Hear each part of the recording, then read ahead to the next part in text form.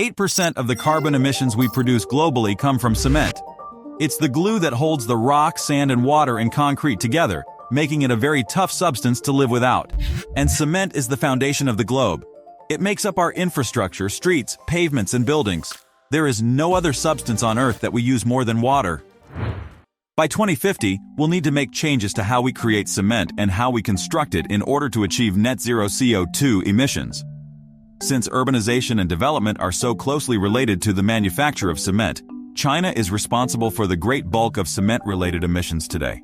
The world must therefore figure out a way to produce cement without emitting any emissions. This video explains the procedures created by researchers to get there. China has been using as much cement in 3 years as the US did in the entire 20th century. This means it produced 4.9 billion tons in these 2 years. China exports very little cement, only around 5 million tons. That means production and consumption are basically the same.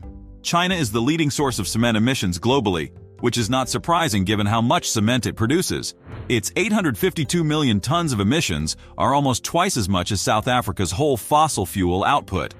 The production of cement involves the heating of limestone, calcium carbonate, to produce lime, calcium oxide, which releases CO2 as a byproduct. Additionally, fossil fuels are often used as an energy source in cement kilns, further contributing to carbon emissions. The process of manufacturing cement begins with the extraction of raw materials. Limestone, clay, and other materials are obtained through mining and quarrying. These raw materials are then crushed and transported to the cement plant. In the plant, they undergo a series of precise chemical reactions. The primary ingredient, limestone, is heated in a kiln at high temperatures, around 1,450 degrees Celsius, in a process called calcination. This thermal treatment breaks down the limestone into lime, calcium oxide, releasing carbon dioxide as a byproduct. The resulting lime is mixed with other materials, such as clay or shale, and ground into a fine powder known as cement.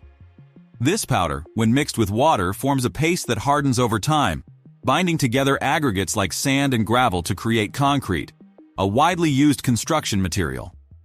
Making sure that production facilities are outfitted with the greatest technology available results in instant benefits. Improved boilers reduce energy requirements by up to 10%. Greater insulation can save 26% of the energy consumed in industrial facilities, and the use of heat exchangers can reduce the power requirements for refining by 25%.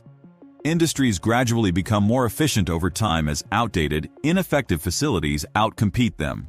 Gains, however, become less significant as sectors develop and advancements become small-scale. Even the most energy-efficient cement factories today can only save 0.04% of energy annually by using new technologies. There is a ton of duties to be performed. A high-quality plant emits about 60% of its emissions from the calcination reaction, and the majority of the remaining 40% is from burning fuel. In total, the process generates 600 kilograms of CO2 per ton of cement, 6 at best-in-class plants, compared to an average plant's 800 kilograms. Limestone is not necessary to make cement. Numerous cement variations are being researched.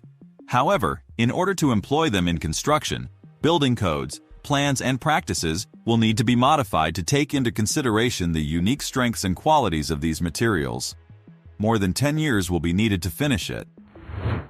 Exploring and developing alternative materials that can partially or completely replace cement in construction, such as fly ash, blast furnace slag, or volcanic ash, which have lower CO2 emissions, will largely fix the problem of cement. Cement can become stronger by adding CO2. Concrete's hardness can rise by about 10% if CO2 makes up just 1.3% of its weight. This lowers the requirement for cement in a building by around 5% while also reducing net emissions. Concrete carbon capture optimization is a current research topic.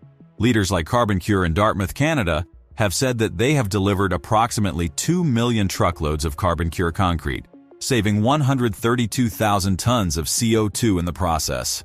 Concrete and cement both convert calcium-based components back into limestone in order to absorb CO2 from the atmosphere. Collaboration between governments, industry stakeholders, researchers, and environmental organizations is crucial to drive sustainable changes in the cement industry. That is all for today's video, and thanks for watching it. If you liked it, make sure to give it a thumbs up and share it with your friends. And before you leave, make sure to subscribe to my channel and turn on notifications to